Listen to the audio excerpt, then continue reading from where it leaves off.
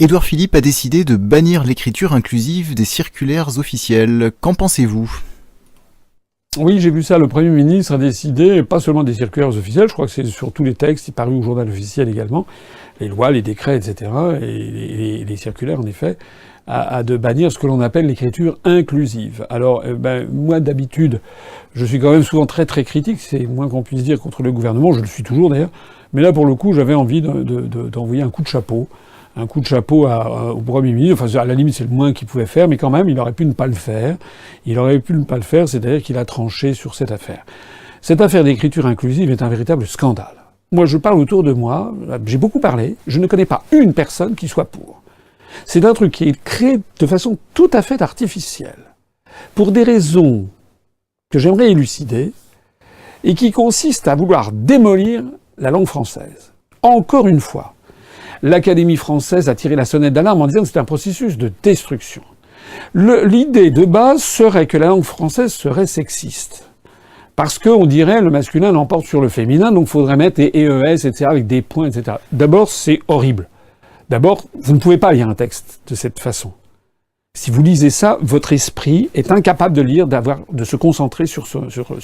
Imaginez un roman où à toutes les lignes il y ait ça devient illisible.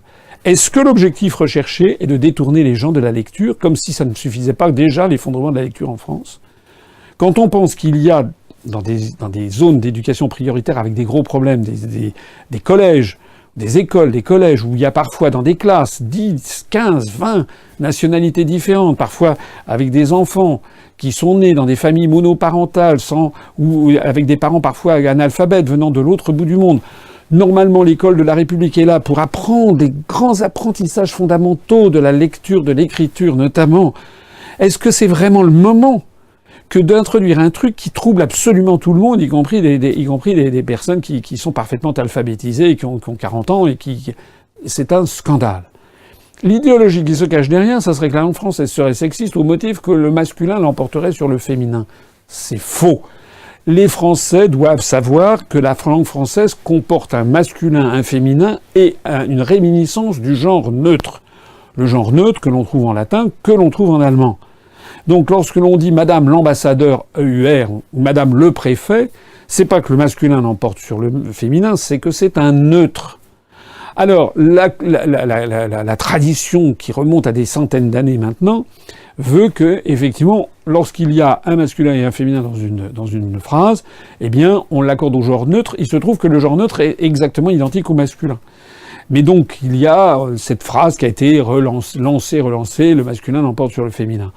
Bon, ça va. Il y a d'autres façons d'assurer l'égalité homme-femme qu'en s'attaquant à la langue. D'ailleurs, j'ajoute que il n'y a pas que la langue française. Il va falloir modifier toutes les langues. Mais on ne parle jamais des autres langues, d'ailleurs, assez curieusement. Moi, je m'étonne, par exemple, en anglais, les avions et les bateaux sont féminins. C'est un scandale. Donc, il va falloir que les anglo-américains, ils fassent une écriture inclusive en mettant que the ship, he or she, ça n'a pas de sens.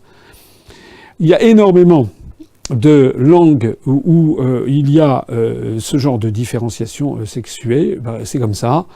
Et la priorité des priorités, c'est d'assurer l'alphabétisation des gens. Ça ne veut pas dire, bien entendu, qu'il ne faut pas prendre des mesures pour assurer notamment l'égalité des hommes et des femmes, ça c'est bien évident.